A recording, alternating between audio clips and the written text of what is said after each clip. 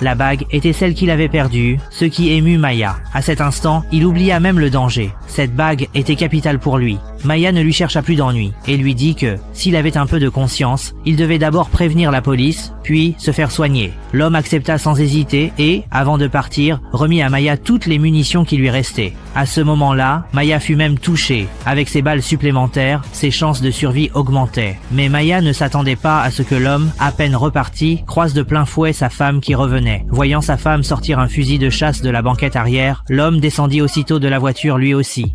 C'est au-delà de mes capacités de tout mettre en place. Alors tu viens vers moi, je suis ta femme. Tu viens vers moi comme je suis venu vers toi. C'est ce qu'on fait.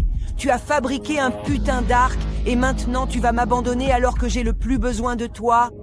Après que la femme ait fini de parler, la caméra fixa le visage de l'homme. Tremblant, il supplia sa femme de faire demi-tour. Mais elle était déjà déterminée. Elle voulait survivre, et pour cet espoir, qu'importe de tuer quelques personnes. Elle ne voulait pas attendre la mort. Quiconque l'arrêterait, elle le tuerait. Maya retourna près de la voiture et la poussa en bas de la pente. En regardant ce vieux compagnon qui l'avait suivi longtemps, ses yeux étaient tristes. Mais aujourd'hui, pour survivre, elle dut y mettre le feu, provoquant une explosion pour attirer l'attention.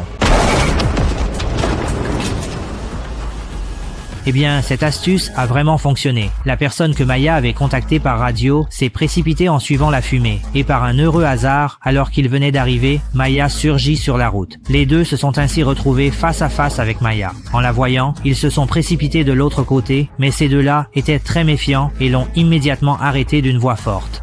Ils lui ordonnèrent de lever les mains et de ne pas bouger. C'est sa femme. C'est d'elle qu'on doit se méfier parce qu'elle a la fille. Et non, je ne sais pas où elle est.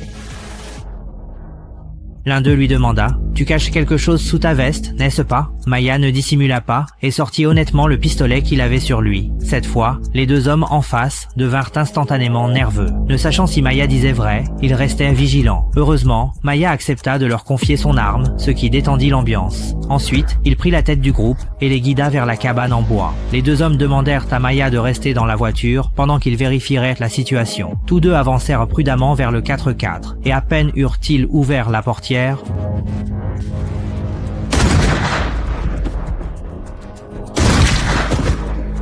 Maya fut terrifiée, perdant l'âme. Affolée, elle fouilla la boîte à gants, attrapa un outil sans y prêter attention, tandis que les balles sifflaient. Elle força la boîte à s'ouvrir, saisit l'arme et sauta hors de la voiture. Elle se plaqua au sol, visa la femme et vida son chargeur. Par chance, une balle toucha la jambe de l'adversaire. Maya vit l'occasion et se précipita vers les armes près des deux personnes au sol. Mais